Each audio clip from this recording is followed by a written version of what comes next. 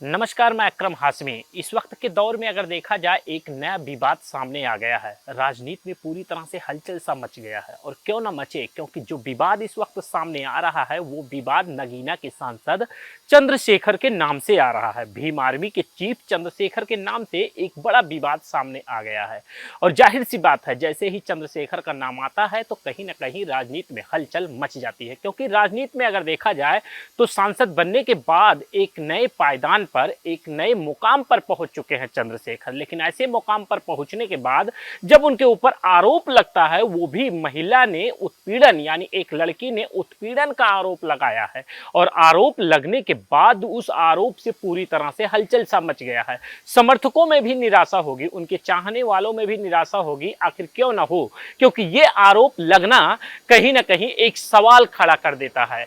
हम आपको बताते चले कि रोहिणी घावरी इंदौर की रहने वाली हैं। इंदौर के बीमा अस्पताल में उनके पिता सफाई कर्मी का कार्य करते हैं और कार्य करने के बाद उनकी ये बेटी है। बेटी जो है उनकी स्विट्जरलैंड में पढ़ाई कर रही थी। उसी पढ़ाई के दौरान चंद्रशेखर और रोहिणी घावरी दोनों लोग कांटेक्ट में आ गए, और जब दोनों लोग कांटेक्ट में आ गए, दोनों लोग एक दूसरे के संपर्क में आ गए, तो संपर्क में आने के बाद दोनों लोगों का संबंध इतना आगे भग गया कि इस वक्त उत्पीड़न का आरोप रोहिणी घावरी को लगाना पड़ गया है। अब ये सवाल बन गया है, आखिर ये उत्पीड़न का आरोप एक सांसद के ऊपर अगर लगता है तो ये उत्पीड़न का आरोप कहीं ना कहीं राजनीति में हलचल सा मचा दिया है।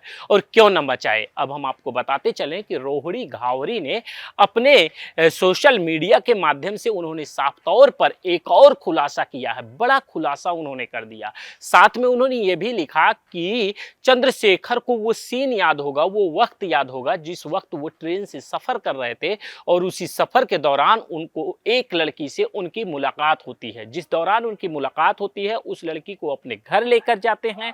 घर ले जाकर के उसे एक नौकरानी के रूप में रखते हैं और रखने के बाद कुछ दिनों के बाद अपने भाई से उसकी शादी कर देते हैं। और शादी करने के बाद उस लड़की का इतना उत्पीड़न होता है कि लड़की भाग जाती है। लड़की से एक पुत्र भी है, उस पुत्र से मिलने का मौका उसे नहीं दिया जा रहा है। ये आरोप रोहिणी घावरी ने लगाया है। पीएचडी स्कॉलर हैं रोहिणी घावरी, जो इस वक्त जॉब कर रही हैं स्विट्जरलैंड में। उन्होंने इतना ही नहीं कहा, उन्होंने ये भी कहा सेम मेरे जैसा ही हुआ है। यानी कहीं ना कहीं इस तरीके का उत्पीड़न उनके साथ चंद्रशेखर रावण ने किया है। जिस तरीके से वो आरोप लगा रही हैं, ये आरोप साबित हो रहा है। अगर रोहिणी घावरी आरोप लगा रही हैं और मीडिया के सामने आकर के अपनी बातों का सच्ची खुलासा करने में कहीं ना कहीं इस वक्त अगर पीछे हट रहे हैं चंद्रशेखर, भीम आर्मी के चीफ, नगीना के सांसद, तो ये एक बड़ा सवाल बन रहा है। आखिर वो पीछे क्यों हट रहे हैं? आखिर वो रोहिणी घावरी जो आरोप लगा रही है, उस आरोप को लेकर के उनका जवाब क्यों नहीं आ रहा है? रोहिणी घावरी ने यह भी कहा कि हम उनसे अगर जुड़े थे तो जुड़ने का सवाल मेरा ये नहीं था। जुड़ने का सवाल मेरा ये था कि हम उनसे जुड़ेंगे और जुड़ने के बाद हम लोग सामाजिक आवाज उठाएंगे, सामाजिक आंदोलन करेंगे, बाबा साहब के मिशन को आगे ले जाएंगे। और मेरा समाज जो है वो सबूत मांगता है, प्रमाण मांगता है। इसलिए मेरे पास सारे सबूत और प्रमाण हैं चंद्रशेखर के खिलाफ। यानी ये एक बड़ा खुलासा कर रही हैं रोहिणी घावरी। लेकिन अब हम आपको बता दें, जो ताजा अपडेट आ चुका है इस वक्त, वो ताजा अपडेट ये है कि रोहिणी घावरी ने यह भी आरोप लगाया है कि मेरे वकील ने यह भी कहा है कि आप स्विट्जरलैंड से एफआईआर ऑनलाइन दर्ज कर सकती हैं, यहां से उनके ऊपर मुकदमा दर्ज कराया जाएगा, लेकिन अगर जरूरत होगा तो मैं इंडिया आ सकती हूं, उन्होंने कहा है रोहिणी घावरी ने। लेकिन साफ तौर पर उन्होंने ये भी जाहिर कर दिया कि इस वक्त मेरी जान को खतरा है। यानी अगर हम इंडिया आते हैं तो कहीं ना कहीं मेरी जान को खतरा है।